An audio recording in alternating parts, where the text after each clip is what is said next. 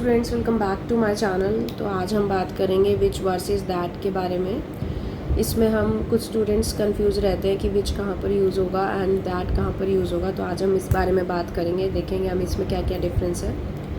Which versus that. Most students believe that words which and that are interchangeable, but it is not the reality.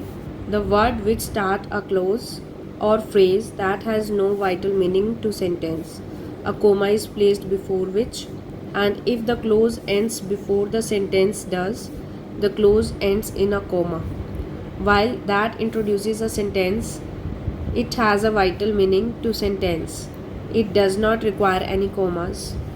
For example, corporate finance, which involves numbers that confuses many, really is the key to understanding how macro and personal economy works. Next example हमारा that का है। The course that was the hardest for me to learn turn out to be the earliest easiest one. इसके अंदर क्या हमारा that का use हुआ and it is used without comma. इसके अंदर हमारा विच का यूज़ हुआ था, विच हम यहाँ पर स्टार्ट किया था, but before we need comma. इसके साथ हमारा कोमा यूज़ होगा ही होगा विच के साथ, और दैट के साथ कोई भी कोमा यूज़ नहीं होगा।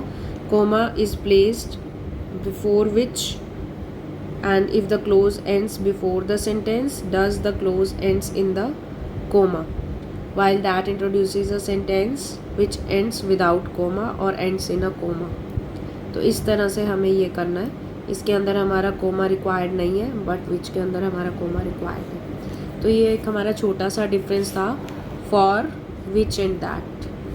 Thank you. Please watch my videos and subscribe my channel.